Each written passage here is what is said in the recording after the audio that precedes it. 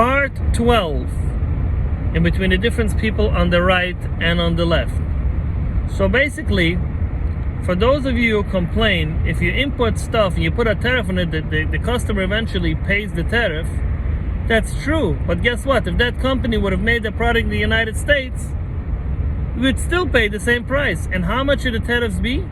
Tariff should bring up a product to whatever it would cost to make in the United States and be sold here. So let's say if iPhone now costs $1,000, but if they would have made it in the United States from scratch, parts and everything, it would cost $5,000, so that should be the price. So which means when you bring in, make sure the government should make sure to put on a tariff should cost $5,000 eventually for the customer. You know what's going to happen? Apple eventually is going to say, we're not going to import this product to the United States. Well, if they're going to be people who want to buy it, they will import it. And if they're not going to import it, let it be. We can live without it. But everyone has an iPhone. We won't have iPhones. We can live without everything. We don't really need to import everything. But again, what will happen in the long run, Apple's going to say, listen, if that's anyways the price that the customer is going to pay in the store, $5,000 for an iPhone, I might as well want to make my products here in the United States. Why bother going out somewhere else?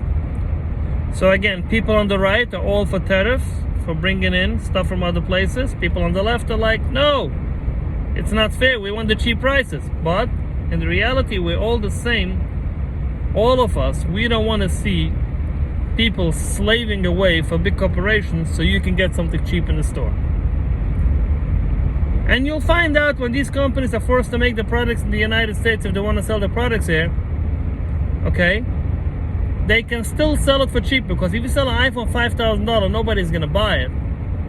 You know what's going to happen? They will be forced to sell the product for less, and God forbid, the CEO of these companies will not have bread and butter at home, because they will have to take off a little bit profit from themselves and not from the people who work for them. That's what eventually will happen. They will make less profit, but they will still produce the product and sell it only as much as the average person on the street is willing to pay. So let's say iPhone is not going to cost $1,000, it's going to cost $2,000. Not everyone is going to buy it, but the more interest the company is going to have, the corporation is going to have that people should buy it, they will have to take off more and more profit from themselves. They'll have no choice. So what happens now? You're spreading the wealth. Left, you got it. You're spreading the wealth.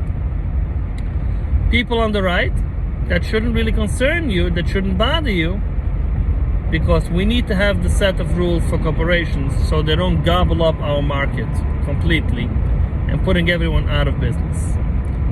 So, people on the right want capitalism, people on the left want socialism, but if we take all these corporations, like look what Amazon has done to the United States.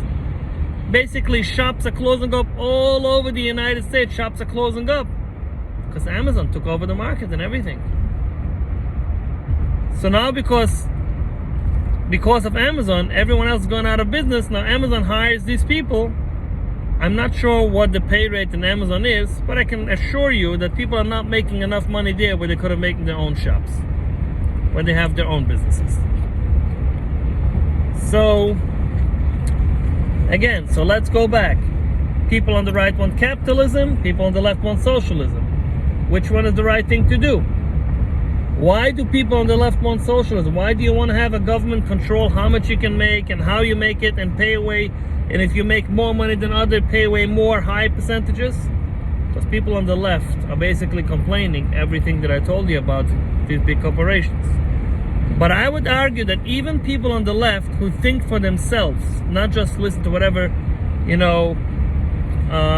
other people in the media are trying to tell them, but even people on the left, if they would see like that big corporations suddenly start having different set of rules, they would not argue against capitalism. But the young generation now simply hate capitalism because this is what these big corporations are doing, basically everything under the name of capitalism.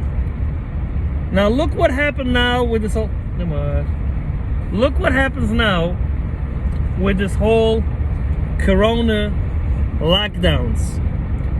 It basically, a funny thing happened again.